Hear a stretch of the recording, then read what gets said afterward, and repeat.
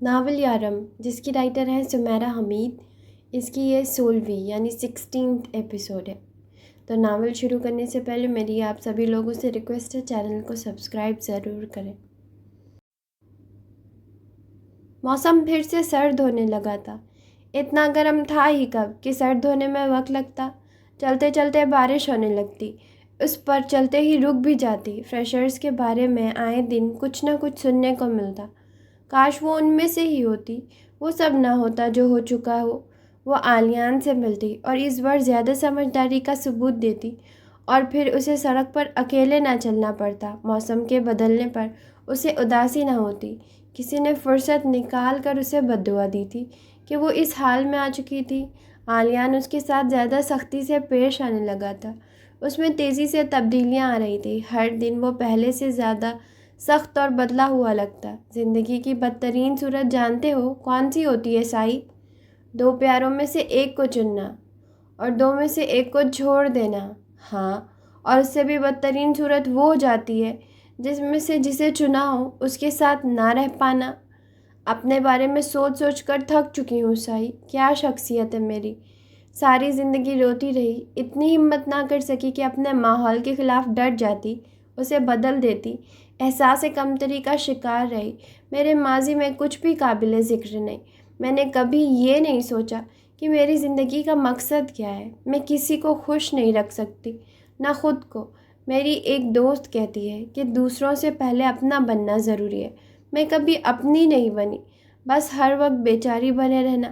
کیا ہوں میں؟ کمزور ہوں، جھوٹی، خود غرض، بے حس۔ کیا ہے میرے ہاتھ میں؟ تمہارے ہاتھ میں یہ سوچ ہے کہ تم کیا ہو۔ جب انسان خود سے سوالات پوچھنے لگتا ہے تو وہ خود کو بلندی کی طرف لے جا رہا ہوتا ہے۔ کیسی بلندی سائی؟ میں نے عالیان کے ساتھ کیا کیا؟ ویرا کے سامنے میرے معاشرے کی بے عزتی نہ ہو جائے۔ میں نے عالیان کی کھل کر بے عزتی کی۔ الفاظ تو وہی ہے نا سائی جن پر احترام کی لگامیں ہو، ورنہ تو سب حد تک ہے۔ انداز، آواز، سب۔ اگر میں عالیان کی جگہ ہوتی تو ساری عمر امرہا کی شکل نہ دیکھتی۔ میں اس جگہ کو ہی چھوڑ دیتی جہاں امرہا ہوتی۔ میرے خاندان میں بہت سے ایسے لوگ ہیں جن سے میں سالوں نہیں ملی، بات نہیں کی، سلام نہیں کیا، انہیں دیکھ کر منہ پھیر لیا۔ یہ سب لوگ وہ ہیں جنہوں نے میرا دل دکھایا، میری تذلیل کی تھی۔ میری انتہا پسندی دیکھو کہ میرے کالج کی دوست جو میرے اس بارے میں سب جانتی تھی، ایک دن میرے ساتھ چلتے چلتے گر گئی اور مذاقاً کہنے لگی، تمہارے ساتھ چل رہی تھی، گرنا تو تھا۔ اور پھر اس کے لاکھ منانے پر بھی میں نے اس سے بات نہیں کی۔ اس کے فادر کی ڈیتھ ہو گئی۔ میں نے اس سے صرف افسوس کیا، جبکہ اسے میری اس سے زیادہ ضرورت تھی۔ مجھے بس یہ یاد رہتا ہے کہ مجھے تکلیف ہوئی۔ میں بس عالیان کے کھردرے سخت رویے سے مجھے تکلیف ہوتی ہے، اور میں اس تکلیف کو لے کر بیٹھ جاتی ہوں۔ مجھے اپنی کتنی فکر رہتی ہے۔ میرا اور عالیان کا کوئی مقابلہ نہیں، جانتے ہو؟ سادھنا کو عالیان کے لیے سب سے زیادہ پیسے جمع کر کے وہ دیتا ہے۔ سادھنا سے زیادہ اسے یاد رہتا ہے کہ عالیان کی سرجری کب ہونا ہے۔ وہ بھڑکتا نہیں ہے، چلاتا نہیں ہے، وہ کتنا ذہین ہے، جتاتا نہیں ہے۔ اس کے خیالات کس قدر عظیم ہیں، وہ سکھاتا ہے، اتراتا نہیں ہے۔ یہ سب تمہیں اب معلوم ہوا ہے امرہا؟ سائی اتنا افسردہ ہو گیا کہ امرہا جان ہی نہیں سکی تھی۔ معلوم تو تھا، قدر نہیں تھی سائی۔ کہاں نا، مجھے افسوس ہے خود پر، مجھ میں کچھ قابل ذکر نہیں۔ مجھے ویرا اچھی نہیں لگتی۔ مجھے اس کی ضرورت پڑتی ہے تو میں اس سے کام نکلوا لیتی ہوں، اس سے مسکرا کر بات کر لیتی ہوں، اور منہ پھیر کر ناپسندیدگی سے اس کے بارے میں سوچتی ہوں۔ اسے معلوم ہو کہ میں اس کے بارے میں کیسے سوچتی ہوں تو اسے بھی دکھ ہو۔ وہ مجھ سے ایک ہی سوال پوچھے، میں نے تمہارے ساتھ ایسا کیا برا کیا ہے؟ میں سب کے ساتھ برا کرتی ہوں اور بیچاری بھی خود ہی بن جاتی ہوں۔ یہ منافقت اور سنگ دلی ہے۔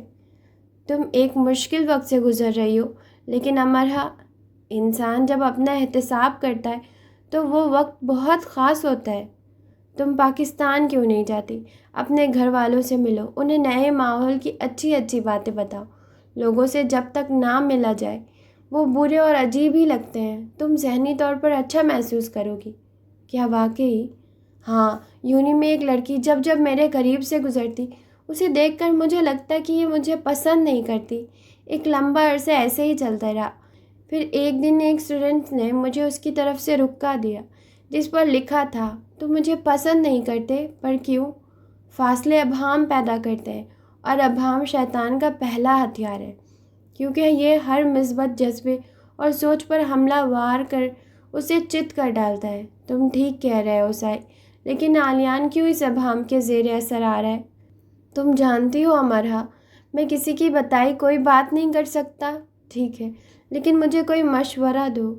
سائے اسے دیکھ کر رہ گیا، اور اسے ایسا کیا مشورہ دے سکتا تھا جو سب ٹھیک کر سکتا؟ اس کے پاس بلا شبہ ایسے لفظ تھے، نہ جادو، بہت دیر نہیں ہونی چاہیے کہ انتظار پر فرمان غالب آ جائے اور فراق کو رخصت ہونے کی اجازت نہ ملے۔ سائی ہولے سے بڑبڑایا، اتنا کہ امرا نے سن لیا۔ اسے یاد آ رہا تھا یہ جملہ اس نے کہیں پڑھا تھا۔ کہاں؟ ہاں، اوک ہاؤس سے ملنے والی ڈائری میں۔ اس جملے کو استعمال میں لائے جانا امرا کو نحس لگا۔ ویرا اسے کافی کے لیے کیفے لے آئی۔ وہ ہر بار اسے انکار نہیں کر سکتا تھا، کیونکہ اسے احساس تھا کہ انکار کتنا بھی ٹھیک ہو تکلیف دہ ہوتا ہے۔ کافی پینے کے بعد انہوں نے پل پر چہل قدمی شروع کر دی۔ شام رات کے ساتھ جا ملنے والی تھی۔ بارش پھوار کی صورت برس رہی تھی اور ویرا ننھے بچوں کی طرح سر اٹھا اٹھا کر آسمان کو دیکھ رہی تھی، ساتھ اسے روس کے کھانوں کے بارے میں بتا رہی تھی۔ کرسمس کی چھٹیوں میں تو روس چلو گے نا؟ نہیں ویرا، میں ماما کے ساتھ جانا چاہتا ہوں۔ ہم گرم علاقوں کے سفر کریں گے۔ ٹھیک ہے، لیکن کیا وہ روس نہیں آ سکتی؟ بہت زیادہ ٹھنڈ ان کے لیے ٹھیک نہیں۔ پھر ڈگری کے بعد؟ ابھی تو بہت وقت ہے۔ تم بہت وقت پہلے ہی مجھے ہاں کہہ دو نا۔ وہ خاموش ویرا کے بالوں پر گرنے والی پھوار دیکھ رہا تھا۔ وہ کہیں اور تھا۔ میں لاہور آنا چاہتا ہوں۔ کیوں؟ کیوں نہ آؤں؟ تم نے کہا تھا کہ ابھی تم ایشیا کے سفر کا ارادہ نہیں رکھتے۔ میں ایشیا کے سفر کا ارادہ اب بھی نہیں رکھ رہا۔ میں لاہور کی بات کر رہا ہوں۔ لاہور ایشیا میں ہی ہے۔ لاہور ایشیا میں نہیں، میری ٹاپ لسٹ میں ہے جہاں پہلی فلائٹ سے جایا جائے۔ اچھا دیکھ لو، ویسے لاہور میں مچھر بھی بہت ہوتے ہیں۔ تم مجھے مچھروں سے ڈرا رہی ہو؟ ہاں، تم یہی کر رہی ہو۔ بالکل نہیں، صرف خبردار کر رہی ہوں۔ تم نے ڈینگی کا نام سنا ہے؟ اس کے کاٹتے ہی انسان فوراً سے پہلے مر جاتا ہے، بالکل جھٹ پٹ۔ تو لاہور میں ایسا فوری مار دینے والا ڈینگی ہے، ورنہ 2-3 گھنٹے تو دنیا کا ہر ڈینگی مچھر دے دیتا ہے مرنے کے لیے۔ ہمارے پاس VIP ڈینگی ہے۔ اپنے رسک پر لاہور آنا، مجھ سے شکایت نہ کرنا۔ کیا وہ لاہور والوں کو نہیں کاٹتا؟ نہیں، یہی تو اس کی خصوصیت ہے، وہ غیر ملکی پر حملہ وار ہوتا ہے۔ جب میں لاہور جاؤں گا تو کیا میں بھی غیر ملکی ہوں گا اس کے لیے؟ ڈینگی کے لیے نہیں، لاہور کے لیے۔ روس کے برف کو جانتے ہو نا؟ پھر نہ کہنا بتایا نہیں۔ ہاں، اس کے کاٹنے سے انسان مر جاتا ہے نا؟ برف کاٹتی نہیں آلیان۔ ہلکی سی جھرجھری کا شکار ہوا۔ وہ ویرا تھی اور ہنستی جا رہی تھی۔ میں نے تو ولید کو اتنا لمبا عرصہ سنا بھی نہیں تھا۔ مٹی سے ریت کی طرح پھسل جانے والی زندگی کے صرف چند سال ہی، اور ان چند سالوں میں اس نے مجھے اپنے سوائے سب کے لیے بہرا کر دیا، اور دوسروں کے لیے گونگی تو میں تبھی ہو گئی تھی جب میں اس سے ہم کلام ہونا شروع ہوئی تھی۔ وہ ابتدا تھی جو اس کے جانے کے بعد انتہا کو پہنچی۔ میں عالیان کو دیکھتی ہوں تو سوچتی ہوں اتنی غلطیاں کر چکی ہوں اور نہ کروں، اور میں پھر غلطی کر جاتی ہوں۔ میں ولید کے لیے آنسو بہانے لگتی ہوں۔ میں یہ غلطی اپنی ہر سانس کے ساتھ کرتی ہوں۔ اگر دنیا میں مجھے کسی کو نصیحت کرنے کا موقع دیا جائے تو میں نصیحت کروں گی کہ خود کو ختم کرنے کے ہزاروں طریقوں میں سے محبت کو سب سے آخری پر بھی نہ رکھیں۔ زندہ درگور ہونے کے لیے کسی اور جذبے کا انتخاب کریں۔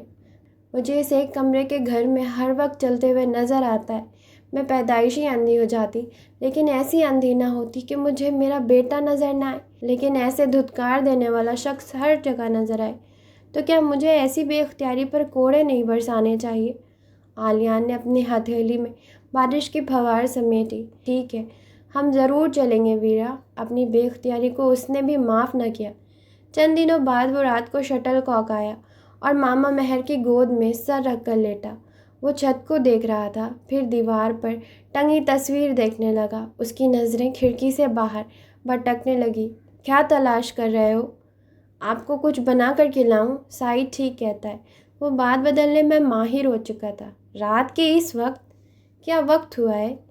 تمہیں آئے آدھا گھنٹہ گزر چکا ہے اور تم ایسے خاموش ہو کہ مجھے لگ رہا ہے تم نے کئی دنوں سے کسی سے بات بھی نہیں کی۔ عین بتا رہی ہے کہ تم یونی میں بھی ایسے ہی رہتے ہو۔ منہ کھولو اور مجھے اپنی زبان دکھاؤ، اس میں ضرور کوئی مسئلہ ہوگا۔ اس نے فرما برداری سے منہ کھول کر زبان دکھا دی۔ اب کھڑکی کے پاس جاؤ اور ذرا زور سے چلاؤ، مجھے معلوم ہو کہ تم میں کتنی قوت باقی ہے۔ وہ کھڑکی کے پاس آیا۔ باہر امرا کھڑی اسی کھڑکی کو دیکھ رہی تھی۔ بظاہر اس کے ہاتھ میں فون تھا اور وہ ٹھنڈ میں ٹہل رہی تھی۔ چلنا نہ پڑنا، آ جاؤ۔ وہ واپس آ کر بیٹھ گیا۔ عین کو آپ نے میری جاسوسی کے لیے لگا رکھا ہے، اسے چھوڑو۔ یہ بتاؤ اتنے مشینی کیوں ہو رہے ہو؟ تم میں جو خاصی نرمی کا عنصر ہوا کرتا تھا وہ کہاں ہے؟ کیا میرا رویہ برا ہے ماما؟ برا نہیں، عجیب ہے، سہارا دینے والا۔ کیا یونی میں کسی لڑکی نے تمہیں پرپوز کیا ہے؟ تم نے انکار کر کے اس کا دل توڑا اور تم اس کے لیے حساس ہو رہے ہو؟ نہیں، اس نے ہنسنے کی کوشش کی۔ تو کیا تم نے کسی کو پرپوز کیا ہے اور اس نے انکار کر دیا تو تم نے ان 8-10 لڑکیوں سے بدلے لے لیے ہیں؟ کرسمس کی چھٹیوں میں میرے ساتھ چلیں گی ماما؟ مجھے کہاں سنبھالتے پھرو گے؟ کال، تم، ویرا، ہمارا سب مل کر جانا۔ آپ ہر بار انکار کر دیتی ہیں۔ میں انکار نہیں کرتی، تمہیں پریشان نہیں کرنا چاہتی۔ کیا تم مجھے سویڈن لے کر جانا چاہتے ہو؟ ہرگز نہیں، مجھے سویڈن نہیں پسند۔ تم کتنا بدل رہے والیان۔ جب تم واپس آئے تھے تو تم نے کیا کہا تھا؟ وہ بیان غیر حقیقی تھا۔ حقیقت یہ ہے کہ مجھے نہیں پسند۔ تمہیں تو جلدی شادی کر لینی چاہیے، اس سے پہلے کہ سب غیر ضروری لگنے لگے۔ میں ایک نارمل انسان ہوں ماما، فکر نہیں کریں۔ تمہیں امرا کیسی لگتی ہے؟ آپ کو ویرا کیسی لگتی ہے؟ اس نے فوراً کہا۔ ویرا؟ جی، وہ ایک سمجھدار لڑکی ہے، سب سے بڑی بات عزت کرنا جانتی ہے۔ اس کی دوسری بڑی خوبی یہ ہے کہ وہ انسانی نفسیات کو سمجھتی ہے۔ میں نے اس سے بے غرض اور پرخلوص پایا۔ وہ ہر ایک کی مدد کو تیار رہتی ہے۔ وہ حسد رشک سے پاک ہے۔ اس کی بہت ساری خوبیاں ہیں ماما۔ تم نے ایک دم ویرا کی ایسے بات کی جیسے اس کی وکالت کر رہے ہو، لیکن میری سمجھ میں نہیں آیا یہ وکالت تم نے میرے لیے کی یا خود کے لیے؟ آخری بات سے عالیان کے چہرے کے سب رنگ نچوڑ لیے۔ دنیا میں کوئی ایسا انسان نہیں جو مجھے ناپسند ہو۔ میں کسی نہ کسی طرح قابل نفرت لوگوں سے بھی محبت کا راستہ نکال لیتی ہوں۔ میں کسی سے نفرت نہیں کرتا ماما، سوائے ایک کے۔ ہم کتنوں سے محبت کرنے کے قابل ہو چکے ہیں، اس سے اہم ہے کہ ہم کتنوں سے نفرت کر چکے ہیں۔ محبت کو راہ ہو نہ ہو، نفرت کو راہ ہوتی ہے۔ میں اس شخص سے محبت نہیں کر سکتا، مارگریٹ نہیں بن سکتا۔ میں صرف اس کی بات نہیں کر رہی، انہوں نے بہت سنجیدگی سے کہا۔ پھر مجھے نہیں پتہ آپ کس کی بات کر رہی ہیں۔ مجھے ڈر تھا عالیان کہ تم ایک دن مارگریٹ کو لے کر بہت سوچا کرو گے۔ ماما کے بارے میں سوچنا برا ہے کیا؟ مارگریٹ کے بارے میں سوچنا نہیں، جو اس کے ساتھ ہوا اس کے بارے میں سوچنا۔ تم میری اولاد ہو، تمہاری آنکھ کی پتلی کی حرکت بھی پہچانتی ہوں۔ ان آنکھوں کی چمک کہاں گم کر آئے ہو؟ یہ پوچھا ہی نہیں میں نے، ابھی بھی نہیں پوچھوں گی۔ بس یہی کہوں گی، پرسکون رہو، جلد باز مت بنو، خود کو وقت دو۔ میں جلد باز تو نہیں ماما۔ ہاں میں ہوں، لیکن بعض معاملات میں ہم ہو جاتے ہیں اور ہمیں خود کو پتہ نہیں چلتا۔ وہ خاموش ہو گیا۔ ایک جملہ اس کے ذہن میں بجنے لگا۔ پہلے اس نے مجھے یہ بتایا کہ اس کے لیے کس قدر ضروری ہوں، پھر اس نے یہ ثابت کر دیا کہ میں کتنی غیر ضروری تھی۔ دادا کا اجاڑ پلاٹ بک گیا اور انہوں نے لیڈی مہر سے قرض لی رقم واپس کرنے کے لیے اسے دی تھی، اور کچھ مزید رقم کہ وہ دائم کو دے سکے۔ دائم کو پیسے میں خود دوں گی۔ اب جب پیسے ہیں تو اسے دے دو امرا، تم صرف دل لگا کر پڑھو، بے شک جاب چھوڑ دو۔ نہیں دادا، جو کام میں نے اپنے ذمے لیے ہیں وہ میں خود کروں گی۔ تمہارا آخری سال ہے، میرا مشورہ ہے تم جاب چھوڑ کر پڑھو۔ تمہیں اب اخراجات کے لیے پریشان ہونے کی ضرورت نہیں ہے۔ میں نے سب پیسے تمہارے اور دانیہ کے لیے رکھے ہیں۔ سب دانیہ کے لیے رکھ دیں، مجھے کچھ نہیں چاہیے۔ تو اب تمہیں کیا چاہیے امرا؟ تمہیں باہر آنا تھا، تم آ گئی۔ اب سے پہلے تم بہت خوش مجھ سے بہت ساری باتیں کیا کرتی تھی۔ پچھلے دنوں تم اس لیے اداس رہی کہ تمہارے بہت سے یونی فیلوز چلے گئے۔ اب نئی وجہ کون سی ہے مجھے بتاؤ۔ تمہارا آخری سال ہے یونی میں، دل لگا کر صرف پڑھو۔ یاد ہے مجھے، یہ میرا آخری سال ہے۔ لگتا ہے دادا زندگی کا ہی آخری سال ہے۔ اب ایسی باتیں کرنے لگی ہو۔ معلوم نہیں دادا، لیکن اس سے آگے مجھے زندگی نظر نہیں آئی۔ سب ختم ہوا سا لگتا ہے۔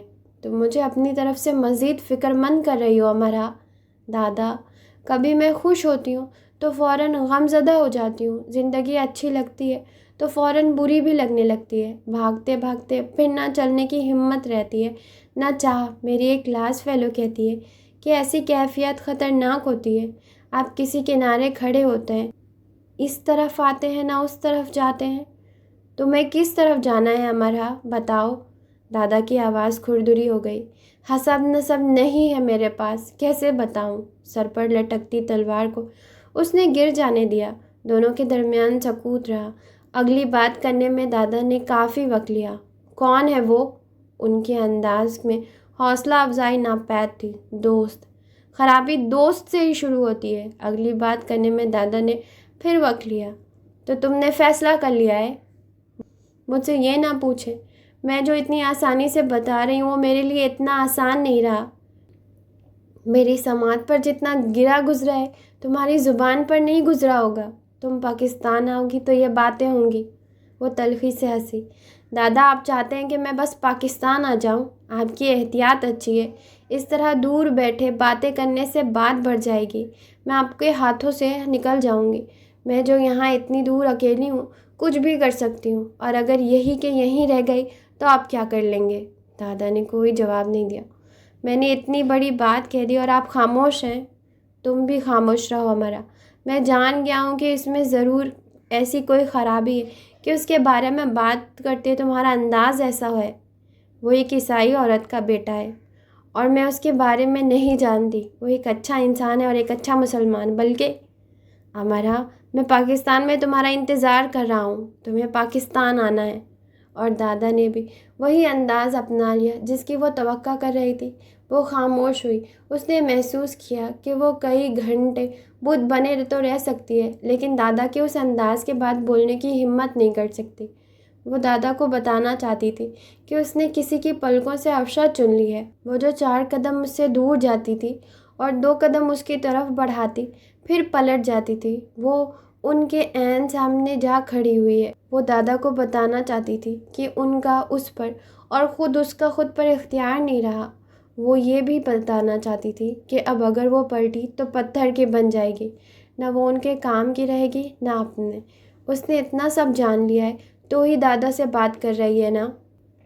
امرا، میں پاکستان میں تمہارا انتظار کر رہا ہوں، دادا کو پھر سے کہنا پڑا۔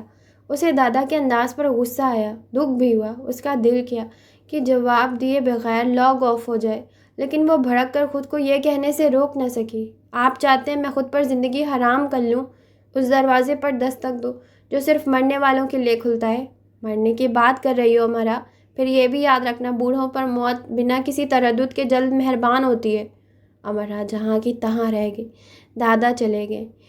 کیا ہوا؟ ایسے کیوں بیٹھی ہو؟ سادھنا نے کمرے کے آگے سے گزرتے اسے دیکھا تو پورا اندر آ گئی۔ زندگی میں کون سا مقام ایسا ہوتا ہے سادھنا کہ لگنے لگتا ہے بس اب زندہ رہنے کا کوئی فائدہ نہیں، جب ہم کچھ ایسا کر گزرے جو ہمیں نہیں کرنا چاہیے تھا۔ سادھنا کچھ سمجھ رہی تھی۔ ایسا کیا؟ میں دوسروں کے بارے میں کچھ بھی نہیں کہہ سکتی، لیکن میں نے اپنے بارے میں ایسا محسوس کیا ہے۔ آریان کے پاپا سے پسند کی شادی کی تھی۔ ہم 2 مختلف ذاتوں سے تھے۔ میرے گھر والے نہیں مان رہے تھے، پھر ہم نے خود شادی کر لی، اور پھر جب ہمیں آریان کی بیماری کے بارے میں معلوم ہوا، مجھے لگا میرے ماتا پتا کی بد دعا لگی ہے۔ میں ان سے پہلے ہی معافی مانگ چکی تھی، وہ مجھے معاف کر چکے تھے، لیکن میری ماں نے ایک بات کہی تھی۔ وہ بولی، تم نے تو اپنی خوشی جی لی اور اب ہمیں اپنا دکھ مرن سمے تک کاٹنا ہے۔ ہم تمہارے دشمن نہیں ہیں، بس سماج میں سر اٹھا کر چلنا چاہتے تھے۔ تم نے ہمارا سر ہی کاٹ ڈالا، دھن دولت قسمت سے، مان سمان سماج سے۔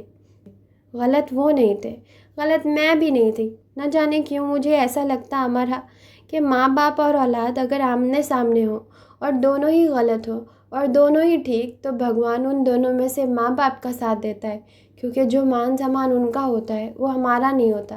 اس وقت میں نے سوچا تھا میرے پاس رمیش نہ ہوتا، آریان بھی نہ ہوتا، میرے ماتا پتا کے پاس ان کا مان سمان ہوتا، امرہا جہاں کی تہاں رہ گئی۔ اگلے دنوں دادا نے اس سے بات چیت ہی بند کر دی۔ وہ کتنی ہی فون کالز کرتی، وہ فون نہ اٹھاتے، لاگ ان نہ ہوتے۔ یہ ان کی ناراضگی کا عملی ثبوت تھا۔ صرف ابھی بات کرنے پر امرہا کو اس صورتحال کا سامنا تھا۔ ان نے فیصلہ سنا دیا تو وہ جان دے کر ثبوت دیں گے کہ دیکھو دو ضدیوں میں بڈھے ضدی کی جیت ہوئی۔ دانیہ نے اس سے بات کی۔ کیا کہا ہے دادا سے تم نے ایسا؟ وہ تو کسی سے بات ہی نہیں کر رہے۔ میں نے ان سے پیسے لینے سے انکار کیا تھا۔ اب وہاں جا کر تم اتنی بڑی ہو گئی ہو امرہا کہ دادا کو انکار کرنے لگی ہو۔ تمہاری تو جان ہے دادا میں، ہے نا؟ دانیہ طنز کر رہی تھی۔ یہ بات اسے تھپڑ کی طرح لگی۔ دادا اس کی جان ہے تو اب اس جان کا خیال کیوں نہیں رہا؟ وہ اسے جذباتی بلیک میل نہیں کر رہے تھے، بس پرانے وقتوں کے آدمی تھے تو بس اتنی بڑی بات سنبھال نہ سکے۔ عیسائی ماں، لاپتہ باپ، گھر نہ خاندان، نام نہ نشان۔ وہ ان پیغامات کو کس دل سے عالیان کو دیتی جو کئی راتوں سے وہ لکھ رہی تھی۔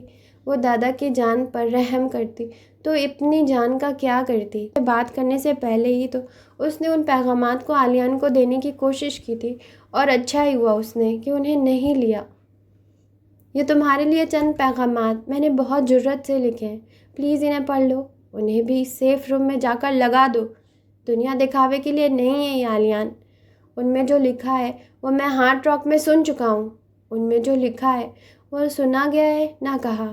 امرہا، اب تمہیں جو کہنا ہے وہ سننے کے لیے میں خود کو موجود نہیں پاتا۔ تم کس قدر ضدی ہو عالیان۔ ہاں، میں بہت ضدی ہوں۔ تم نے کہا تھا تم مجھ سے محبت کرتے ہو۔ کرتا تھا اور بکواس کر رہا تھا۔ ایسی ہی بات ہے تو سائی کے منہ سے پال کا حملہ سن کر تم اپسیٹ کیوں ہو گئے تھے؟ پال مجھ پر دوبارہ حملہ نہ کر دے تم اسٹور سے گھر تک مجھے چھوڑنے کیوں آتے رہے؟ رافیل کو تم نے جھیل میں دھکا دے دیا کیونکہ وہ بار بار مجھے تنگ کر رہا تھا۔ کال کو تم نے فائر کر کے گرا دیا کہ میں ریس جیت لوں۔ اتنے سارے سچ اور تم جھوٹ بول رہے ہو۔ تم خوش فہمی میں مبتلا ہو امرہا۔ کال پر فائر کرنے کے لیے مجھے ویرا نے کہا تھا۔ وہ جانتی تھی کہ اگر تم ہار گئی تو دوبارہ کسی سے مقابلہ نہیں کر سکو گی۔ وہ ہر حال میں تمہیں جیتتا ہوا دیکھنا چاہتی تھی۔ کال کے ساتھ کوئی بھی یہ کرنے کو تیار نہیں تھا تو میں نے کر دیا، صرف ویرا کے لیے، صرف ویرا کے لیے۔ امرہا کے کانوں میں سائیں سائیں ہونے لگی۔ تم نے کبھی یہ غور نہیں کیا کہ دوسرے تمہارے لیے کیا کچھ کرتے ہیں؟ انہیں تمہاری کتنی فکر ہے؟ تمہیں صرف اپنی نادانی کی فکر ہے۔ پال نے تم پر حملہ کیا، مجھے یہ جان کر دکھ ہوا۔ تمہاری جگہ کوئی بھی ہوتا تو مجھے دکھ ہوتا۔ کال نے خاص جا کر پال کو سمجھایا، یعنی اسے بھی دکھ ہوا تھا۔ ایسا ہونا نارمل ہے، اور جے پیٹرسن کے کہنے پر ہم 3 لوگ تمہیں گھر تک چھوڑتے تاکہ پال دوبارہ ایسی حرکت نہ کرے۔ خود جے پیٹرسن کتنی ہی راتیں یہ ڈیوٹی دیتا رہا۔ میری ڈیوٹی تھی امرہا، اور رافیل کو صرف اس لیے دھکا دیا کیونکہ وہ پرینک کا ماسٹر مائنڈ تھا۔ اس نے ماما کو اداس کر دیا تھا۔ یہ سب جھوٹ ہے عالیان، یہ سب تم خود کرنا چاہتے تھے، خود۔ جو میں خود کرنا چاہتا ہوں وہ صرف اتنا ہے کہ میں تم سے دور رہنا چاہتا ہوں۔ جن سے ایک بار محبت کی جاتی ہے ان سے نفرت کرنے کا گناہ نہیں کرنا چاہیے۔ جن سے ایک بار دھتکار ملے ان کے پاس واپس پلٹ کر جانے کا جرم نہیں کرنا چاہیے۔ میری زندگی کی سب سے بڑی غلطی پریڈ میں تمہارے پیچھے آنا تھا۔ میں تمہارا کھلونا نہیں ہوں امرہا۔ تمہیں کیا پتہ میں کس کس کا کھلونا ہوں؟ وہ سوچ کر رہ گئی، کہہ نہ سکی۔ یونیورسٹی بھری پڑی ہے، جا کر کسی کو بھی دوست بنا لو۔ اس کا انداز کبھی بھی ایسا نہیں تھا جیسا اب ہو چکا تھا۔ امرہا اس کی طرف دیکھتی رہ گئی۔ دوست؟ ہاں، وہ دوستی ہی تو کر رہی تھی، تب بھی اب بھی۔ ٹھیک ہے، وہ دادا سے بات کرے گی۔ اس نے اپنی اور اس کی آخری ملاقات میں سوچا تھا وہ بات کر چکی تھی، اور دادا کے ایسے ناراض ہونے پر سوچ رہی تھی کہ ابھی وقت اس کے ہاتھ میں ہے۔ وقت اس کے ہاتھ میں تھا، یہ اس کا اپنا خیال تھا، کیونکہ برننگ مین جلنے کے لیے تیار ہو چکا تھا۔ وہ پورا کا پورا جل جائے گا، آگ کی لپٹیں اس سے اٹھیں گی اور وہ دیکھتی رہ جائے گی۔ بلیک راک ڈیزرٹ میں ہونے والے برننگ مین طرز کا فیسٹیول ایک دوسری کمپنی مانچسٹر شہر سے ذرا دور کروا رہی تھی۔ یہ فیسٹیول ایک رات پر مشتمل تھا جو بہت بڑے میدان میں ہو رہا تھا۔ وہ جاب سے گھر جا رہی تھی کہ این اسے لینے آئی۔ ویرا اس سے پہلے ہی جانے کا کہہ چکی تھی، لیکن وہ نہیں گئی۔ وہ اپنے آپ اتنی گمسم ہو گئی تھی کہ نہ کسی سے بات کرنے کو جی چاہتا اور نہ ہی ملنے کو۔ چلو وہاں ساری یونی اکٹھی ہوگی، مرے جا رہے تھے سب وہاں جانے کے لیے۔ آلیان بھی ہوگا وہاں؟ اس نے پوچھا۔ ہونا تو ضرور چاہیے، آلیان بھی وہاں ہوگا، وہ سوچ کر این کے ساتھ آ ہی گئی۔ 120 فٹ اونچا برننگ مین میدان کے عین درمیان میں استادہ تھا۔ آس پاس آگ کی کئی کرتب ہو رہے تھے، ہر طرف آگ ہی آگ تھی۔ کوئی منہ سے نکال رہا تھا، کوئی ہاتھ سے لے کر اچھال رہا تھا، کوئی کمر کے گرد گھما رہا تھا، کہیں آگ کی سائیکل چلائی جا رہی تھی، آگ سے جلتی تنی رسی پر چلا جا رہا تھا، کہیں آگ سے جلتے دائروں میں کلا بازیاں لگائی جا رہی تھی۔ ہر 10 قدم پر آگ ایک نئے انداز سے موجود تھی۔ رش بہت تھا۔ وہ این اور این کے ایک دوست کے ساتھ گھومتی رہی۔ وہ آلیان کو ڈھونڈ رہی تھی۔ این نے بھی منہ میں تیل ڈال کر آگ منہ سے نکالی اور ایسا کرتے ہوئے اس کے بھووں کے بال صفائی سے صاف ہو گئے۔ اتنی پیاری لگ رہی ہو اب تم، ویسے ہی تمہاری بھووں میں 4 بال تھے، وہ بھی تم سے برداشت نہیں ہوئے۔ این کے دوست ہنسے جا رہے تھے۔ تم بھی کرو امرا۔ امرا نے نام میں سر ہلایا۔ کب لگے گی اسے آگ؟ امرا نے پوچھ لیا۔ 12:01 پر۔ یورپ والے بھی اچھے فارغ ہیں، پتہ نہیں کیا کیا کرتے رہتے ہیں، امرا نے تبصرہ کیا۔ سب بہت انجوائے کر رہے ہیں، لیکن اسے کوئی مزہ نہیں آ رہا تھا۔ دنیا انہی کھیل تماشوں سے سجی ہے امرا۔ اچھا، ویسے تم آج کل کس جاپانی فلسفے کو پڑھ رہی ہو؟ امرا چڑ گئی۔ اینون کو۔ این نے دانت نکالے جو امرا کو اچھے لگے۔ چھوٹے چھوٹے بچوں سے۔ یہ تمہارے دودھ کے دانت ہیں، ہے نا؟ نہیں، دانت کے دانت، اس نے اور زیادہ دانت نمایاں کر کے کہا۔ بہت زبان چل رہی ہے تمہاری۔ امرا ہنسی دی۔ بالکل جیسے تمہاری سائیکل چلتی ہے۔ امرا کی نظر کال پر گئی جو منہ سے آگ نکال رہا تھا۔ آگ کو آگ لگا رہا تھا۔ خدا کرے آگ ہی لگ جائے۔ این کال کے پاس جا کھڑی ہو گئی۔ کال کافی کرتب دکھا رہا تھا آگ سے۔ لوگوں کی ایک بڑی تعداد اسے دیکھ رہی تھی۔ سائی بھی اسے وہیں مل گیا۔ تم نے تو کہا تھا تم نہیں آؤ گی۔ سائی کچھ خوش نہیں ہوا تھا اس کے وہاں آنے سے۔ بس این لے آئی۔ آلیان کو دیکھا ہے تم نے؟ آیا ہے وہ؟ آیا تو ہے، اب وہ پتہ نہیں کس طرف ہے۔ تم نے وہ ڈھانچہ دیکھا ہے جس پر سب اپنی زندگی کے پچھتاوے لکھ رہے ہیں؟ پھر وہ ڈھانچہ بھی جلا دیا جائے گا۔ آؤ وہاں چل کر لکھیں۔ وہ سائی کے ساتھ آ گئی۔ ایک روتے بسورتے آدمی کا ڈھانچہ تھا، صرف سر جو میدان پر پڑا تھا۔ کوئی 100 افراد اس پر بیٹھ کر اپنے پچھتاوے لکھ رہے تھے۔ میں تاعمر پچھتاؤں گی کہ میں نے تمہارا دل دکھایا ہے۔ میں تمہارے لیے تکلیف کا باعث بنی آلیان۔ سائی کو وہیں چھوڑ کر وہ آلیان کو ڈھونڈنے لگی۔ وہ تو اسے نظر نہ آیا، اسے کی پشت اسے نظر آ گئی۔ وہ کسی کے کان میں بات کر رہی تھی، اور جب وہ ذرا پیچھے ہوئی تو امرا کو معلوم ہوا وہ کان آلیان کا تھا۔ دونوں نے سیدھے کھڑے ہو کر منہ سے آگ نکالی ایک ساتھ۔ پھر ان کے 2 کلاس فیلوز نے نکالی جو کافی دور تک گئی۔ شاید ان دونوں کے گروپس میں شرط لگی تھی۔ مجموعے میں کھڑی امرا اکیلی ہو گئی۔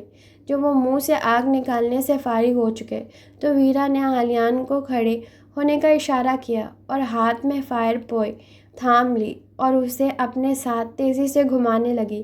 آگ کی لہریں اس کے جسم کے گول گول دائروں میں مختلف اشکال میں کئی رنگوں میں بنتی چلی گئی اور اسے کمر کے پیچھے لے گئی، سر سے اوپر، دونوں پیروں کے نیچے سے پھر اوپر۔ فائر پوئی اس کے وجود کے ہم آہنگ ہو گئی۔ وہ اتنی تیزی اور کمالیت سے ان کے نئے نئے کرتب کر رہی تھی کہ لگتا تھا کہ وہ ساری عمر اسی کھیل کو کھیلتی رہی ہے۔ اس نے صرف اس کی مشق کی ہے۔ اگر وہاں اس کے سامنے آلیان موجود نہ ہوتا تو امرا ضرور سے داد و تحسین سے اس کی طرف دیکھتی، لیکن اب جتنی آگ ویرا کے ہاتھ میں تھی اس سے کئی زیادہ امرا کی نظر میں تھی۔ امرا کا دم گھٹ رہا تھا، اس کی سبھی حصے انگشت بدندہ تھیں۔ اب ویرا نے آلیان کے گرد گھومنا شروع کر دیا۔ آس پاس موجود یونی فیلوز ان دونوں کو دیکھنے لگے۔ امرا نے اپنے دل پر آگ کی لپٹیں محسوس کی۔ اس نے ذرا غور کیا۔ وہ اپنی غلط فہمی دور کرنی چاہ رہی تھی، لیکن وہ اور بڑھ گئی۔ ویرا نے وہی لباس پہن رکھا تھا جو اس نے پینٹ ہاؤس کے شوکیس سے ڈرا کیا تھا اور جو بن کر اسے اتنا اچھا نہیں لگا تھا۔ وہ 1-2 بار یونیورسٹی پہن کر جا چکی تھی، پھر وہ ایک عرصے تک اس کی وارڈروب میں پڑا رہا تھا۔ امرا کو لگا وہ اسے پھینک دے گی، لیکن اسے پھینکا نہیں گیا تھا۔ آلیان کھڑا تھا اور ویرا کے کرتب ختم ہونے میں نہیں آ رہے تھے، اور وہ پھر رک گئی۔ عین آلیان کے سامنے بہت ہی کم فاصلہ رکھ کر اس نے کچھ کہا۔ آلیان خاموش اسے دیکھتا رہا۔ اتنی دور سے، اتنی زیادہ دور سے بھی اسے سننے میں ذرا مشکل نہ ہوئی کہ ویرا نے اسے کیا کہا۔ میں تم سے شادی کرنا چاہتی ہوں، میرے ساتھ روس چلو گے پاپا سے ملنے؟ 12 گھنٹے بجے اور مجموعہ میں سکوت چھا گیا، اور پھر 12:01 کا گھنٹہ بجا۔ مجموعہ نے سکوت کو شور سے توڑا۔ 70 فٹ اونچے ڈھانچے میں آگ بھڑکی اور وہ جلنے لگی، سر سے گردن، گردن سے سینے تک۔ پورے کا پورا آگ نے قیامت کا منظر کر دیا، جیسے سب جل جانے کا وقت آ چکا ہو۔ آلیان نے ویرا کے ہاتھ کو نرمی سے چھوا اور مسکرایا۔ اسی پر بات ختم نہیں ہوئی۔ ویرا نے یونی فیلوز کو تالیاں بجا کر متوجہ کیا، آلیان کی طرف اشارہ کیا اور بولنے لگی۔ پھر آلیان کی طرف بیٹھ گئی اور دونوں ہاتھ جوڑ دیے اور تیز تیز بولنے لگی۔ انداز بچکانا بھی تھا، دلربا بھی۔ یونیورسٹی فیلوز دلچسپی سے انہیں دیکھ رہے تھے، اور پھر آلیان نے کچھ کہا تو تالیاں بجنے لگیں۔ ویرا اٹھ کر مسکرانے لگی۔ ایسی مسکراہٹ ویرا کے ہونٹوں پر دکھائی نہیں دی۔ سائی اس کے عین پیچھے کھڑا تھا۔ امرا، یہاں کھڑی کیا کر رہی ہو؟ سائی کی آواز لرز رہی تھی۔ امرا نے اسے دیکھا، سائی کی حالت دیکھ کر ڈر گئی۔ ویرا آلیان سے کیا کہہ رہی ہے، تم جانتے ہو نا؟ سائی نے اس سے آنکھیں چرائی تو وہ سمجھ گئی کہ جانتا ہے۔ ویرا تمہارے پاس آئی تھی سائی، کیا کہا اس نے؟ امرا چلا اٹھی۔ سائی کھڑا رہا۔ کسی کا راز کسی کو کیسے دے سکتا تھا؟ امرا جھٹکے سے پلٹی۔ زندگی میں سب کو آگے بڑھنا ہوتا ہے امرا، سائی نے نرمی سے کہا۔ امرا کے آنسو زمین پر گرنے لگے۔ آلیان اس کے ساتھ آگے بڑھ رہا ہے۔ کہانی کا یہ وہ موڑ تھا جو وہ دل اور آنکھوں سے پوشیدہ تھا۔ اگر ہم کسی کو نہیں پا سکتے تو ظاہر سی بات ہے اسے کوئی اور پالے گا۔ سائی کے لیے مشکل ترین ہو گیا اس کی طرف دیکھ کر بولنا۔ امرا تیزی سے آگے بڑھ رہی تھی۔ کہاں جا رہی ہو امرا؟ گھر۔ اتنی جلدی گھر؟ دیکھو ابھی تو شروع ہوا ہے۔ اس نے اپنی طرف سے اسے بہلانے کی کوشش کی۔ وہ تو کب کا جل چکا۔ امرا رش کو ہٹاتی جا رہی تھی۔ سائی اس کے پیچھے لپکا لیکن نہیں پہنچ سکا۔ ایک چنگاری اڑتی ہوئی اس کے فرشی دوپٹے پر گر گئی۔ یہ تو ہونا ہی تھا، وہ بڑبڑائی۔ وہ ساری یادیں ذہن سے کھرچ ڈالے گی، صرف ایک منظر کو ذہن سے مٹانے کے لیے جو اس نے ابھی ابھی دیکھا تھا۔ آلیان اور ویرا، ویرا اور آلیان۔ وہ اسے پسند کرتی تھی، جانتی تھی اسے شادی کے لیے پرپوز کرے گی، وہ نہیں جانتی تھی۔ امرا تمہارا دوپٹہ۔ عین چلایا۔ عین اس کے پاس آیا۔ دوپٹہ زمین پر رگڑ رہا تھا۔ نظر نہیں آتا؟ آتا ہے نظر، جل کر مرنے لگی ہوں۔ سب آؤ ہاؤ کر رہے تھے، چنگاریاں اڑ رہی تھیں، ہر طرف آگ ہی آگ تھی۔ امرا سنو، کیا ہوا ہے تمہیں؟ عین نے اس کی حالت پر غور کیا۔ اسے جواب دیے بنا وہ چلی آئی۔ آگ سے بھرے میدان کو پار کر کے اسے باہر نکل کر اسے ٹیکسی لیے دور چل کے جانا تھا۔ وہ لمبی سڑک پر پیدل چلنے لگی۔ اس کی پشت پر برننگ مین استادہ تھا۔ اسے لگا وہ ہاتھ اٹھا کر اس کی طرف اشارہ کر رہا ہے۔ دیکھو وہاں بھی کوئی جل رہا ہے، اور مجھ سے زیادہ جل رہا ہے۔ وہ مجھ سے پہلے جل کر راکھ ہو جائے گا۔ اسے پیدل چلنے میں کوئی قباحت نہ ہوئی، کیونکہ اسے معلوم ہی نہیں ہو رہا تھا کہ وہ کیا کر رہی ہے۔ اس کے محسوسات چلا رہے تھے کہ اس نے دیر کر دی۔ اس کی آنکھ کی پتلی اسے بار بار چند مناظر دکھا رہی تھی۔ وہ جھک کر اس کا ماسک اٹھا رہا تھا۔ ویرا اس کے آگے جھکی ہوئی تھی۔ وہ ہزاروں کی پریڈ میں اسے ڈھونڈ رہا تھا۔ وہ ہزاروں کے مجموعہ میں ویرا کا ہاتھ نرمی سے تھپک رہا تھا۔ وہ اس کے کمرے کی کھڑکی سے کود رہا تھا اور اسی کھڑکی سے رخ موڑے جا رہا تھا، دور، بہت دور۔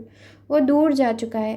یہ رات کے آخری پہر کا قصہ ہے۔ آنسو ٹپ ٹپ اس کی آنکھوں سے گرنے لگے۔ اس نے باکس کھولا اور سب سے پہلی چیز جو اس کے ہاتھ نے اٹھانی چاہیے وہ رول ہوا کاغذ تھا۔ اس نے اس کا ربن کھول کر اپنے سامنے پھیلا لیا، گھٹنوں کے بل نیچے ایسے بیٹھ گئی جیسے عقیدت کے پیش نظر ایسا کرنا لازمی ہو۔ سویڈن جاتے ہوئے میں نے ٹرین میں اسے بنانا شروع کیا، پھر میں جہاں جہاں گیا میرے ساتھ رہی۔ میں نے ہر خوبصورت جگہ رک کر اس کی نوک پلک سنواری۔ دریا کے ساتھ چلتے چلتے میں نے ان بیلوں میں رنگ بھرے۔ چار اطراف پہاڑوں میں گھر کر مجھے ان بیلوں میں پھول بنانے کا خیال آیا، اور ہزاروں کے ہجوم میں گھومتے میں نے سوچا اور فیصلہ کرنے میں کافی وقت لیا کہ یہ زمین کو چھوئے گی یا نہیں۔ اور کیا تم نے کبھی پھولوں کو کمر کے گرد لپیٹا ہوا دیکھا ہے؟ یہ فراک کے گرد لپیٹے کیسے لگ رہے ہیں؟ اس نے اس تصویر کو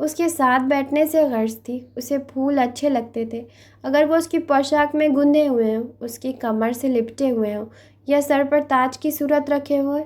یہ جو تمہیں کھلونا لگ رہا ہے، جس دن یہ تمہیں کھلونا نہ لگے مجھے بتانا۔ اچھا تم کیا کرو گے؟ اس کا دل ڈوب گیا۔ جس دن اسے سمجھنے کی سمجھ لیا ہوگی اس دن یہ سوال نہیں کرو گی۔ اگر مجھے کبھی بھی سمجھ نہ آئی تو؟ اپنے خوف کو اس نے زبان دے دی۔ ایسا ہونا ممکن نہیں، یہ پھر کوئی بد دعا ہی ہوگی جو تمہاری عقل کو دی گئی ہوگی۔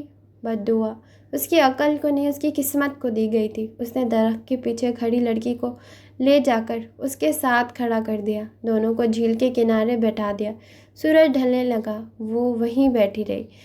وہ یہ چاہتا تھا تو وہ بھی یہی چاہتی تھی، لیکن اس کا چاہنا بند کمرے میں ایک عملیہ تصور کے ساتھ ہی کر سکتی تھی۔ اس نے مانا کہ وہ ایک نجس وجود ہے۔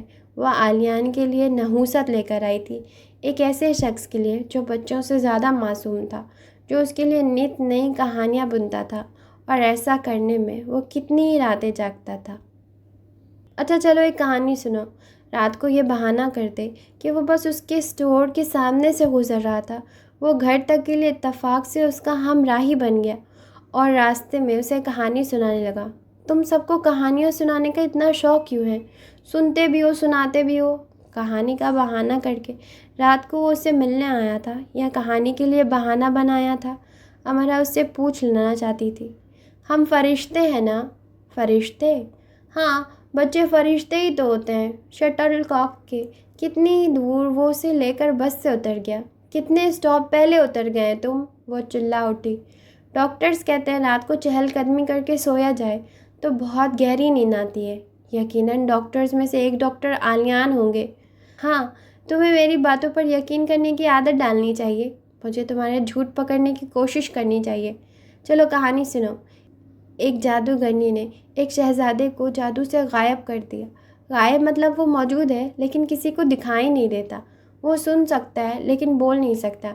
اسے ایک شہزادی سے محبت ہوتی ہے لیکن شہزادی اسے لاعلم ہوتی ہے۔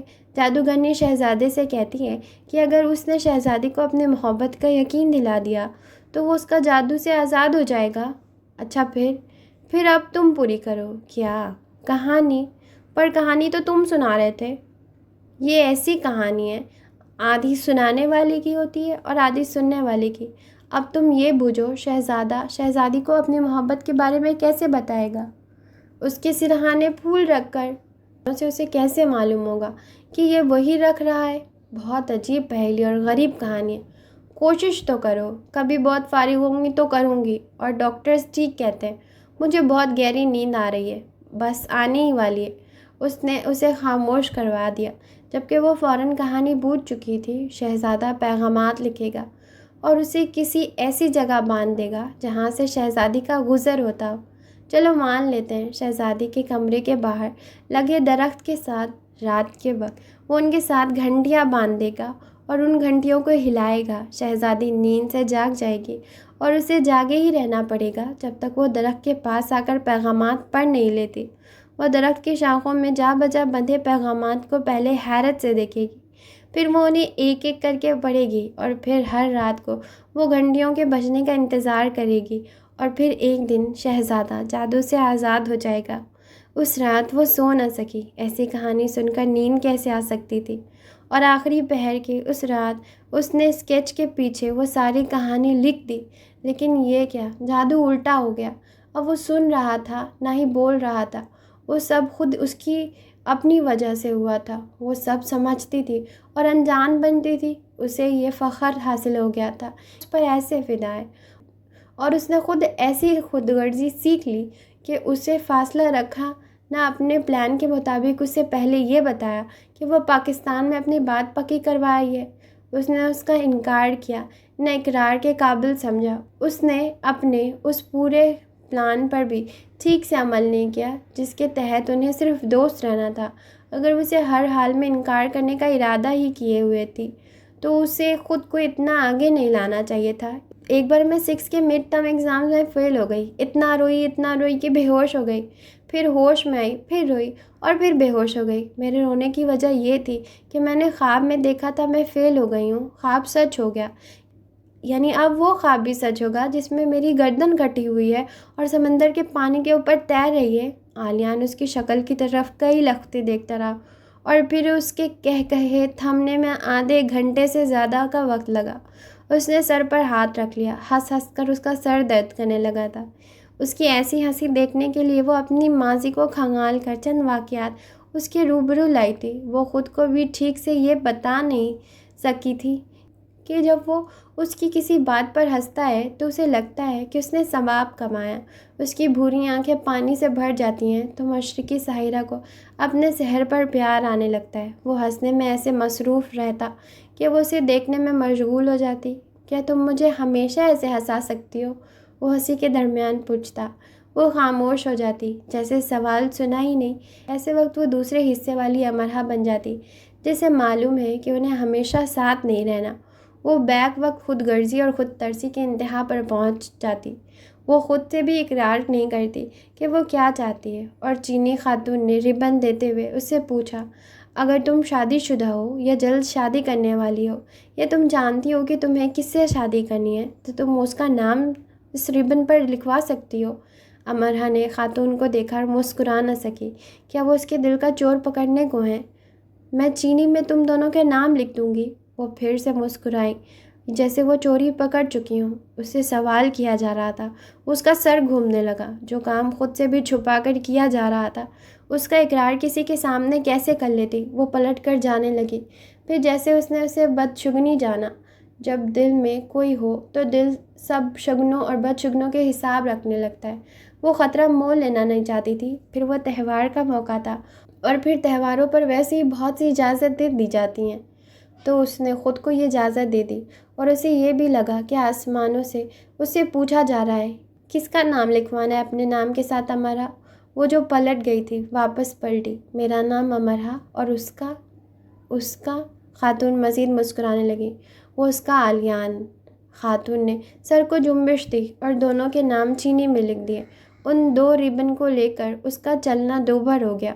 اس کے دل کی دھڑکن اتنی تیز ہو گئی کہ اسے لگا وہاں موجود ہزاروں لوگ جو ادھر ادھر دیکھ رہے ہیں تو دراصل اس کی دل کی دھڑکن کو تلاش کر رہے ہیں، اس کی کو لے کر سرگوشیاں کر رہے ہیں، اس پر مسکرا رہے ہیں اور سر ہلا کر اسے بتانا چاہ رہے ہیں کہ ہم جان گئے تم کیا کر آئی ہو، دیکھو تم پکڑی گئی۔ وہ مسکرائی اور مسکراہٹ غائب بھی کر لی۔ اسے یہ بھی لگا کہ اس نے کوئی گناہ کر دیا ہے، اور یہ بھی کہ زندگی میں اب اسے ایسی چیز ملی ہے جو اتنی قیمتی ہے کہ اسے دنیا کا ہر محفوظ کونا غیر محفوظ لگنے لگا، اور اسے لگنے لگا کہ دنیا میں ہر کوئی اس کے ربنز کو چرا لینے کا ارادہ رکھتا ہے۔ اگر عالیان ڈریگن پریڈ میں آتا تو وہ اگلے کئی دنوں تک اس کا سامنا نہ کرتی۔ چینی اسٹالوں پر گھومتے اسے بہت کچھ دیکھا، ادھر عالیان ادھر عالیان، ہر آنکھ، ہر انداز، ہر مسکراہٹ عالیان۔ اسے خود کو شیشے میں دیکھا اور وہاں بھی عالیان کو پایا۔ ہم اچھے دوست بنے رہیں گے، پھر میں پاکستان چلی جاؤں گی۔ اگر اس نے کچھ کہا تو میں کہہ دوں گی کہ میری بات میرے کزن سے طے ہے۔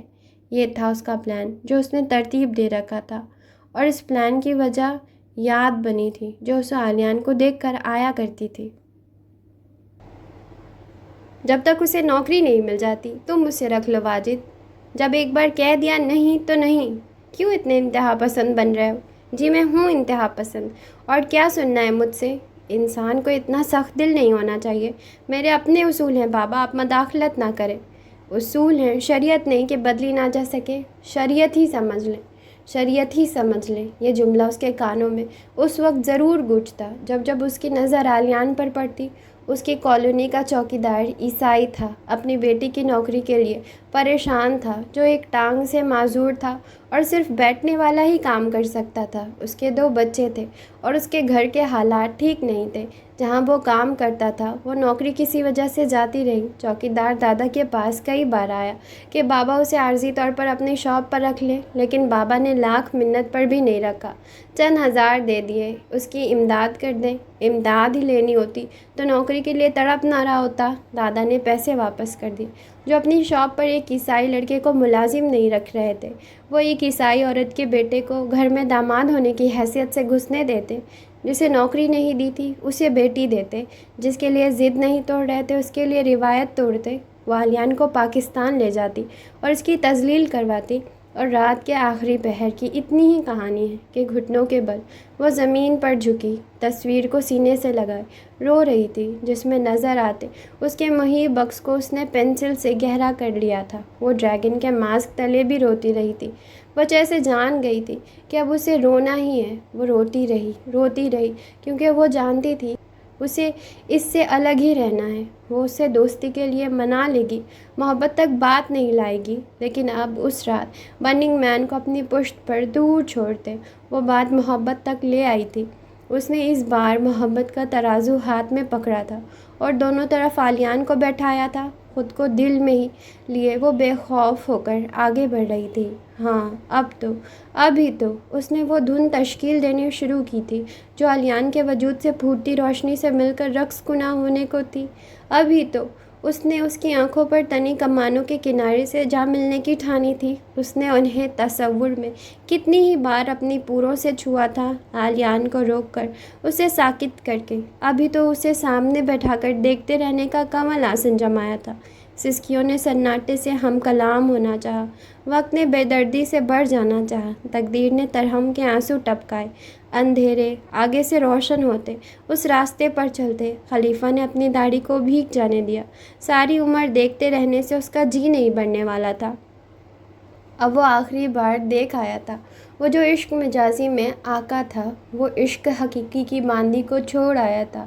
اب وہ محبوب کے محبوب کو پانے نکلا تھا۔ رات کے ایسے آگ آگ ہوتے پہر میں لامنزل چلتے، خلیفہ نے ایک بار بھی پیچھے مڑ کر نہیں دیکھا۔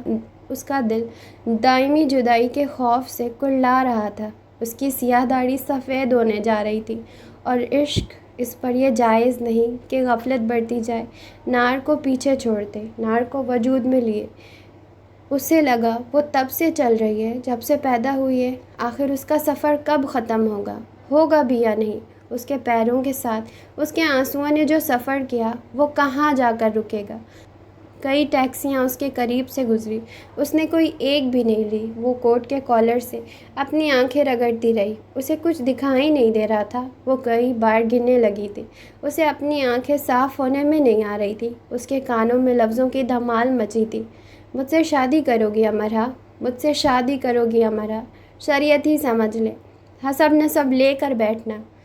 اسے ایک شہزادی سے محبت ہے، لیکن شہزادی اس بات سے لا علم ہے۔ میرے ساتھ روس چلو گے پاپا سے ملنے؟ میں تمہارا کھلونا نہیں ہوں امرا، اب تمہیں جو کہنا ہے وہ سننے کے لیے میں خود کو موجود نہیں پاتا۔ جن سے ایک بار دھتکار ملے ان کے پاس پلٹ کر جانے کا جرم نہیں کرنا چاہیے۔ وہ اس کا وہ گیت جو پورا بنایا گیا تھا، نہ آدھا، وہ سڑک پر اس کے قدموں تلے بکھرتا چلا گیا، لفظوں کی دھمال میں کللانے لگا۔ آغاز بہار کی آمد ہے، سانسیں معطر ہونے لگی ہیں، مرتسم ہے دھنک بھی آنکھوں میں، نیا جہاں دل میں سجنے لگا۔ اب وہ سجنے لگا ہے۔ ٹیکسی کو وہ بمشکل روک کر وہ اس میں بیٹھ سکی اور گھر آ گئی اور اس سامان کو پیک کرنے لگی جسے ساتھ لے کر پاکستان جانا تھا۔ اپنے سامان میں اس نے سب سے پہلے چھپا کر رکھے باکس کو باہر نکال کر رکھا۔ وہ پہلی فلائٹ سے ہمیشہ کے لیے پاکستان جانے کے لیے خود کو تیار کر چکی تھی، کیونکہ وہ جان چکی تھی اس نے اس شخص کو کھو دیا ہے جسے اب کوئی پا چکا ہے۔ امرا زندگی میں کبھی آلیان کو دیکھ سکے گی کیا؟ آلیان ہمیشہ کے لیے امرا کو اپنی زندگی سے نکال چکا ہے۔ امرا اس کے بغیر کیسے جی پائے گی؟ اس کے بیگ بیڈ پر رکھے تھے، وہ بری طرح سے ہانپ رہی تھی۔ تیاری ہو چکی تھی یہاں سے جانے کی، وہ اپنے کمرے کی کھڑکی کی طرف دیکھنے سے گریز کر رہی تھی۔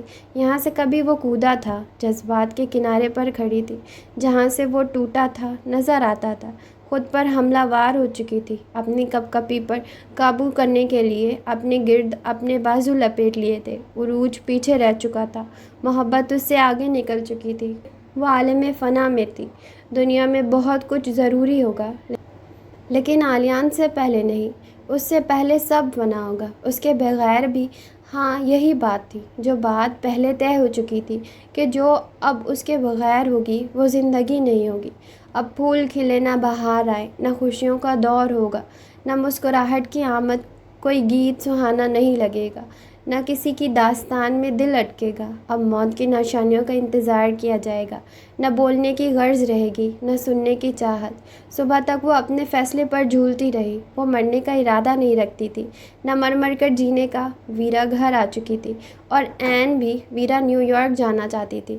جس ٹیکسی میں گھر آئی تھی اس میں ایئرپورٹ جانا تھا۔ وہ واپس بیٹھ کر چلی گئی۔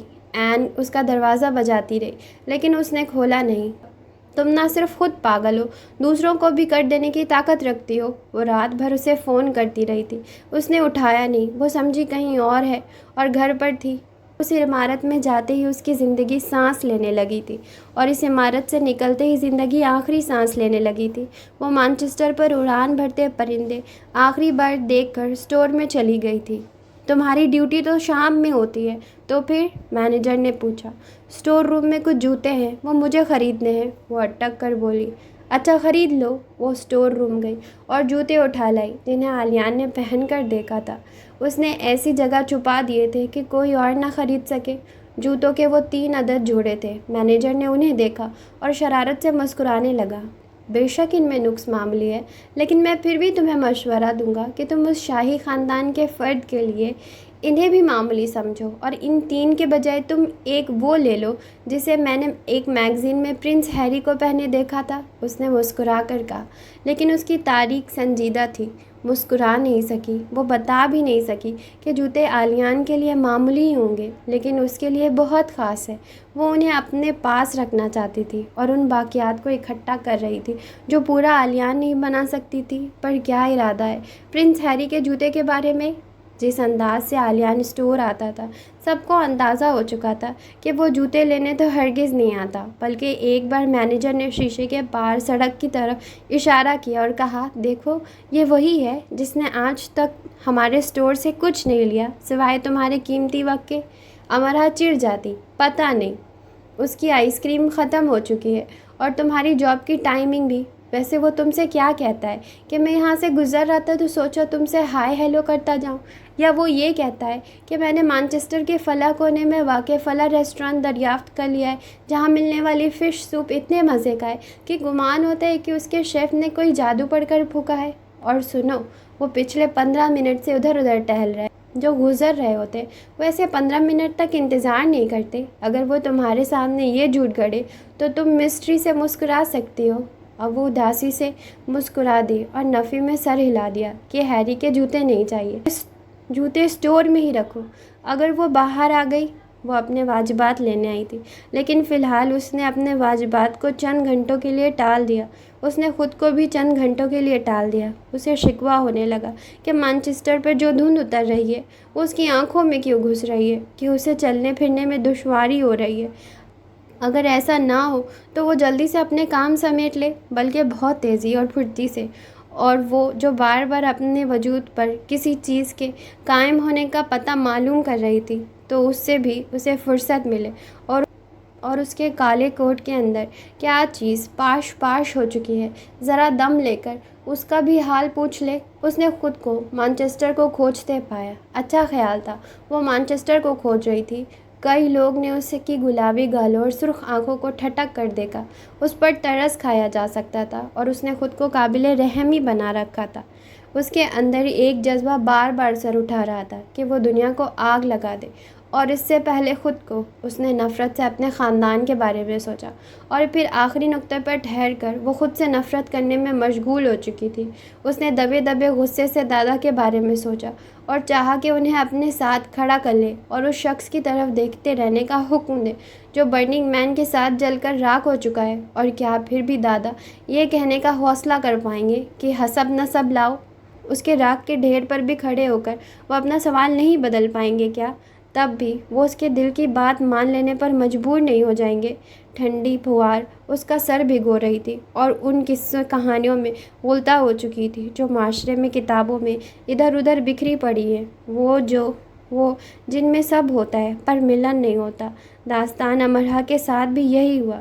بہت کچھ اس نے الٹا پلٹا کر دیکھا اور باقی حالات نے وہ کسی کو راضی نہ رکھ سکی، نہ خود کو نہ علیان کو۔ دونوں ایک ہی راستے پر چلتے چلتے ایک دوسرے کی پشت پر آ گئے تھے۔ وہ اپنی وجوہات کی وجہ سے نہیں دیکھ رہا تھا، یہ اپنی گھوم پھر کر وہ پھر اسٹور آ گئی اپنی واجبات لینے۔ تمہارا کوئی پوچھنے آیا تھا؟ اسے دیکھتے ہی مینیجر نے کہا۔ علیان سانس سے بھی پہلے اس نے نام حلق سے نکالا۔ کوئی سائی تھا، میں نے کہہ دیا، وہ آئی تھی چلی گئی۔ سائی؟ وہ بڑبڑائی، اور وہ کافی بار اسے فون کر چکا تھا، اس نے کال نہیں ریسیو کی۔ اس نے سائی کے لیے اپنے اندر نفرت محسوس کی، غصہ بھی۔ مجھے میرے بقا جات چاہیے، اس نے ہاتھ مسلتے ہوئے کہا۔ تم جاب چھوڑ رہی ہو؟ ہاں، اس نے نظر چرا کر کہا۔ کہیں اور جاب مل گئی ہے؟ مجھے اب جاب کی ضرورت نہیں رہی۔ تم ٹھیک تو ہو امرا؟ جی بالکل ٹھیک ہوں۔ بیٹھ جاؤ امرا، مینیجر نے نرمی سے کہا۔ وہ پاس پڑے اسٹول پر بیٹھ گئی اور باہر سڑک دیکھنے لگی۔ کہیں جا رہی ہو؟ امرا نے چونک کر دیکھا۔ اسے کس نے بتایا؟ اتنا وقت تمہارے ساتھ گزرا ہے اور تم کیسے خاموشی سے روپوش ہو رہی ہو؟ اگر تمہارا جانا ضروری ہے، اچھے انداز سے بائے کر کے جاؤ، ورنہ مجھے موقع دو میں تمہیں اچھے انداز سے الوداع کہوں، جس انداز سے میں نے تمہیں خوش آمدید کہا تھا۔ وہ اتنی سی بات پر رونے لگی اور آنکھیں مسلتے ہوئے مینیجر کو دیکھا۔ میں نہیں جا رہی، کہیں نہیں جا رہی۔ پھر جاب کیوں چھوڑ دی؟ یہ دیکھنے کے لیے کہ کیا کچھ چھوڑ سکتی ہوں۔ میں سب چھوڑ سکتی ہوں، لیکن اسے نہیں۔ پوری شدت سے جانے کا فیصلہ کرنے کے باوجود میں ساری قوتیں لگا کر خود کو روک لینا چاہتی ہوں۔ رہ جاؤ یہاں، دنیا کے کسی اور کونے میں۔ اب وہ کیسے رہ سکتی ہے؟ اب بھلا دنیا کے کسی اور کونے میں رہنے کی اب تمہیں کوئی ضرورت نہیں۔ یہاں بھی اب میری ضرورت نہیں رہی، یہاں بھی نہیں رہ سکتی اور جا بھی نہیں سکتی۔ اسے اتنی جلدی کیوں تھی؟ مجھے ہنسانے اور رلانے کے کام اتنی جلدی کیوں کیے؟ وہ سن اسے دیکھ رہا تھا۔ وہ جوتوں والا بہت کچھ سمجھ چکا تھا، اب اور سمجھ رہا تھا۔ میں اپنے جانے کے سامان کر رہی ہوں اور خود کو روکنے میں بھی بری طرح سے منتشر ہوں۔ میرا ایک حصہ میری مٹھی میں ہے اور ایک اس کے وجود میں۔ میں خود کو کہاں کھڑا کروں اور کہاں سے چلتا کروں، میں فیصلہ نہیں کر پا رہی۔ ولسن، میں نے اسے کھیل نہیں سمجھا تھا، مگر کھیل کی طرح ہی کھیل گئی۔ اس لیے تو محبت میں ہار جیت ہوتی ہے۔ اگر ہم اسے نہ کھیلیں تو ایسا تو نہ ہونا صرف جیت ہی ہو، بس جیت۔ ولسن میز کے کنارے سے ٹک کے کھڑا ہو گیا۔ امرا اردو میں بول رہی تھی، اسے الفاظ سمجھنے میں دقت تھی، محسوسات سمجھنے میں ہرگز نہیں۔ میں نے ہر خوبصورت شے کی طرف سر اٹھا کر دیکھا، آنکھیں گاڑ کر، دل جما کر، پھر بھی میں یقین حاصل نہ کر پائی کہ میں ان کے سہارے جی لوں گی، وہ میرے لیے کچھ تو سہارا بن جائیں۔ دیکھو یہ سڑک پر چلتے لوگ، ہنستے مسکراتے لوگ مجھے کتنی ہیبت ناک لگ رہے ہیں، اور یہ آسمان سے برستی پھوار، مجھے اس پر ترس بھی آ رہا ہے، مجھے یہ کیسی حقیر بھی لگ رہی ہے، یہ میرے آنسوؤں سے مقابلہ کر رہی ہے۔ اور میں نے ساری بڑی نعمتوں کو گن کر دیکھ لیا، ان کے انبار بھی مجھے دیے گئے تو میرے لیے رائی برابر بھی خوشی کا سامان نہ ہو سکیں گے۔ میں کبھی حساب میں اچھی نہیں رہی، اور دیکھو آج ہر غم کے جواب میں وہ نکلتا ہے، اور ہر خوشی کے سوال میں بھی میرا حساب اچھا ہو گیا ہے۔ میز پر رکھے ٹیشو باکس کو ولسن نے آگے کرنا ناقابل تحقیر جانا۔ وہ بچوں کی طرح اپنے کسی پیارے کھلونے کے ٹوٹ جانے پر رو رہی تھی۔ اسے لاڈ سے چپ کروایا جا سکتا تھا یا تسلی سے، صرف اس کی آنکھیں خشک کر دینا کافی نہیں ہوگا۔ میں سوچتی ہوں اگر اپنی ہتھیلیوں پر آنسو بہاتی رہوں تو شاید میری قسمت بدل جائے۔ اس کی آواز اتنی دھیمی تھی کہ اسے سننے کے لیے کان اس کے منہ کے پاس لے جانے پڑ رہے تھے، تو ثابت ہوا کہ وہ اپنے آپ سے بات کر رہی تھی۔ میں اسے کبھی یہ بتا نہیں سکی وہ مجھے کتنا اچھا لگتا ہے۔ اب اسے کون بتائے گا کہ امرا نے اسے کتنا پسند کیا، اتنا کہ میں نے اس کی پلٹ جانے پر اس کی پشت کو اوجھل ہو جانے تک دیکھا، اور اس کے سامنے آنے پر میں نے اپنی نظر سے اس کی نظر اتاری۔ اگر وہ مجھے نہ ملا ہوتا تو مجھے یہ کبھی معلوم نہ ہوتا کہ خدا کی رحمت کیسے انسانی صورت مجسم ہوتی ہے، اور اگر کرم اور مہربانی کی کوئی پہلی صورت ہو تو اس جیسے انسان کی زندگی میں شامل ہونا، اندھیروں پر قابض ہو جانے والا وہ روشن ستارہ جو طلوع ہوا کرتا ہے، غروب نہیں۔ رات کو آنکھیں بند کرنے سے پہلے مجھے یہ منظر دیکھنا یاد رہتا ہے کہ کیسے وہ سر اٹھا کر کہے لگاتا ہے، مجھے دلی سکون ملتا ہے اس منظر کو دہرا کر، جب وہ میرا ماسک اٹھانے جھکا تھا، جو مسکراہٹ اس وقت اس نے اپنے ہونٹوں پر سجا رکھی تھی، وہ ان جذبوں کو عطا کی جاتی ہے جو اب ناپید ہوتے جا رہے ہیں۔ اس مسکراہٹ سے میں اس کی مداح ہو گئی تھی اور طلبگار بھی۔ میں اسے یہ بھی نہیں بتا سکی، وہ خاموش رہتا ہے تو گنگناتا ہوا لگتا ہے، اور اگر گنگنا لے تو ساری خاموشیوں کو جگاتا لگتا ہے۔ میں نے تو اسے ابھی کچھ نہیں بتایا، اور نہ اس نے مجھے سنا۔ اس نے اپنے کان ویرا کے منہ کے آگے کر دیے۔ کتنی جلدی میں تھا وہ! بہت بدیہیت ہوتی ہے ایسی عجلت کہ مٹھی میں قید کر لینے والے مٹھی کھول دینے پر مائل ہوں۔ اپنے وجود کو ساکت رکھے، دونوں ہاتھ گود میں رکھے، اسے دیکھتے ولسن کی نظروں میں ترہم بڑھتا جا رہا تھا۔ تمہیں کہیں جانے کی ضرورت نہیں، وہ ایک دن خود تمہارے پاس آئے گا۔ مجھے بھی یہی خوش گمانی تھی۔ خوشگمان ہونا اچھا ہے بجائے بدگمان ہونے کے۔ اپنے دل کو اور ہلکا کر لو، لیکن کہیں مت جاؤ۔ جس حالات میں وہ بیٹھی تھی اسی حالت میں اٹھ کر باہر آ گئی۔ وقت کے ساتھ ساتھ محبت نے شدت اختیار کر لی تھی۔ ڈریگن پریڈ تک وہ کچھ اور تھی، اب کچھ اور تھی۔ چشمہ دریا بن چکا تھا، اور دریا ایسے پانیوں میں گرتا تھا جس کی وسعت کی کوئی حد نہیں۔ جو کچھ ان کے درمیان ہو چکا تھا وہ اب اسے پہلے عام اور معمولی لگتا تھا، کہانی کا ایک المیہ حصہ جو ہر قصے کہانی سے جڑا ہوتا ہے، اور پھر سے سب خوش۔ اور اب جب واقعی عالیان کسی اور کے سپرد ہوا تھا تو سب خوش فہمیاں، غلط فہمیاں دور ہو گئی تھی۔ سب اتنا آسان نہیں تھا، حقیقت سوچوں اور اندازوں سے کہیں آگے کی چیز تھی۔ اس نے ہاتھ میں پکڑے شاپر کو دیکھا۔ کیا وہ اتنے سے عالیان پر راضی ہو جائے گی؟ نہیں، ہاں نہیں۔ خود سے کئی ہزار بار یہ سوال پوچھ چکے اور اس کا جواب جان چکے، اور اپنا سب کچھ ہار چکے۔ عالیان کو جیتنے کے لیے اس نے ایک آخری جوا بھی کھیل لینا چاہا۔ اس کے خاندان کو حسب نسب چاہیے، اور اسے وہ خاندان کے نام پر اس کے پاس کچھ تو ہوگا، کوئی تو، اور نہ جانے وہ کتنا معتبر ہو کہ اعتراض کا سوال ہی نہ اٹھے۔ وہ ویرا کو ہاں کہہ چکا ہے تو نہ بھی کہہ دے گا۔ مرحا کے ہاں کے بعد کسی نہ کی گنجائش نہ رہے گی۔ اس نے کوٹ کی جیب سے فون نکالا اور کافی دیر تک اسے دیکھتی رہی۔ وہ پہلے بھی ایک بار اس نمبر پر فون کر چکی تھی۔ اسے کچھ نہیں بتایا گیا تھا، بلکہ الٹا انہیں یہ شک ہوا تھا کہ وہ صرف پیسوں کے لیے یہ ظاہر کر رہی ہے کہ ان کی مدد بھی کر سکتی ہے۔ برننگ مین اس کے سامنے آگے کھڑا ہو گیا اور اسے یہ بتانے لگا کہ اب اسے ساری زندگی اس طرح جلنا ہوگا، اور برننگ مین یہ نہیں جانتا تھا کہ آگ سے جل جانا جدائی کی آگ سے بہت کم تکلیف دہ ہوتا ہے۔